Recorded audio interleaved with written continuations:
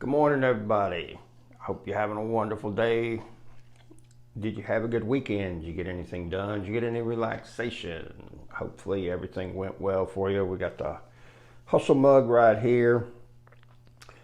I had something happen yesterday. I saw a real estate investor that I know talk about a deal that he did, and he did a procedure in that deal that he made somebody an offer and they were $50,000 apart between what she wanted and what he offered. And he went ahead and sent her an email with an offer anyway. 30 days later, he gets a signed contract back from her. She was ready to go ahead and sell. The reason that I bring this up and it's so crucial is I called the guy. I asked him about that whole situation, give me a play-by-play. He did. And I've got a scenario on a house, okay? The guy tried to sell the house at one time for $50,000. Didn't like the people that were buying it, found some things out about them, got out of the contract, okay? Then all of a sudden he finds out that it's worth $100,000, okay? It's the deal I told you about that, it tip-top shape and everything. Yeah, it would probably be close to $100,000. However, it's knotty pine cabinets, flooring needs to be replaced. The carpet's bad shape. It needs some sheetrock repair. The finishing on the sheetrock is not the best in the world. It might have been one of those deals where you buy the house 80% finished and you do the rest of the work yourself to save some money. Not sure, but it's been 12 years since somebody lived in there. So then you got to figure you're going to end up having to buy a new indoor-outdoor unit for the central heat and air.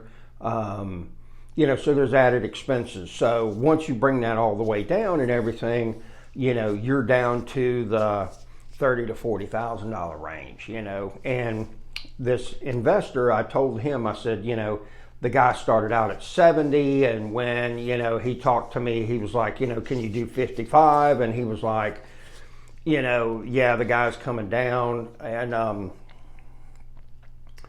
he said, and I said, my suggestion or what I plan on doing is I'm going to go to him and say, I would love to give you 55, but I can't. What I can do is I can give you 35, and here's the reason why.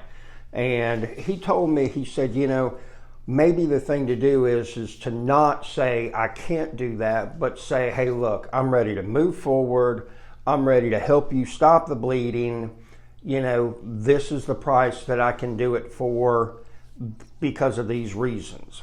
And he said, the guy might just totally flip his lid or something like that. You never know, but leave him a contract and say, if you ever change. Then we're going to go ahead, approach the topic like that, in that manner. And the reason that I say all of this is a lot of times to be an entrepreneur, to be a hustler, you have to be narcissistic to a certain degree, okay?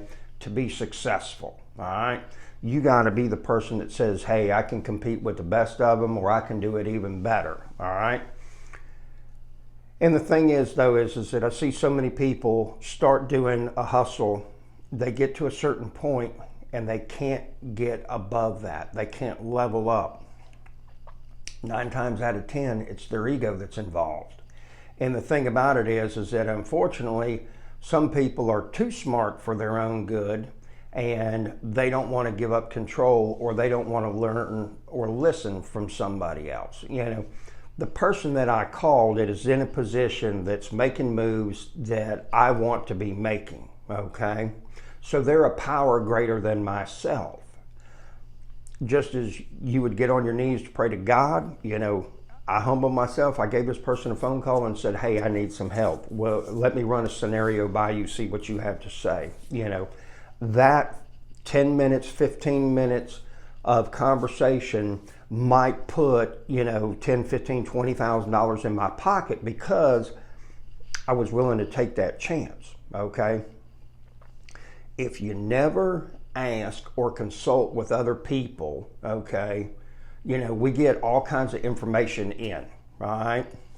And the thing is that it's very necessary for us to continue learning, okay, because once we stop that, unless we get a gift from God and he just pours some information in you, or you read a book, you get the same information because this is the environment that you have. So it's absolutely critical. Go and talk with people that are doing what it is that you want to. Go and talk with people that you are willing to trade places with, okay? If you want to know how to stay married for 50 years, don't go and talk to somebody that's been married 7 times, okay? I mean, come on, people, for real. You know what I'm saying? It's like, there's people out there that are giving advice on handling money that ain't got no money, okay? And I can assure you of this, the easiest thing you'll ever do is make money. The hardest thing you're ever going to do is hold on to it and make it work for you, okay? Because there's money out there all over the place, all right? Unfortunately, there's also temptations all over and everything, and so once we get that money, we're real inclined to spend it, That's just the way that our country is. It says you need the newest, latest, greatest, whatever it is. And I'll give you an example, man. Bow hunters are the absolute worst at this, okay? They'll have a new bow, spend $1,200 on it for this season. Next year comes up, there's a new bow out with these new cams and everything, got 5 strings on it, whatever, and it shoots that bow 20 feet per second faster than last year's. Man, I gotta have it, So that $1,200 bow is now worth about $300 from last year, okay? When I was in a hunting club, there was a guy, 1 food plot over from me. He had this bow from like 1982 that I could run faster than that arrow, and he was stacking them up like cordwood. Why? Because he knew the basics. He knew shot placement with that arrow. Didn't matter how good the bow was, how many peep sights that it had on it, how many silencers on the string or anything like that. That old bow that didn't even move 200 feet per second, it actually was just as deadly as that $1,200 and $1,400 bow. It's Rental Robert with No Pay, No Stay Network. Enjoy your coffee. Have yourself a wonderful day, and we will talk at you later. Bye.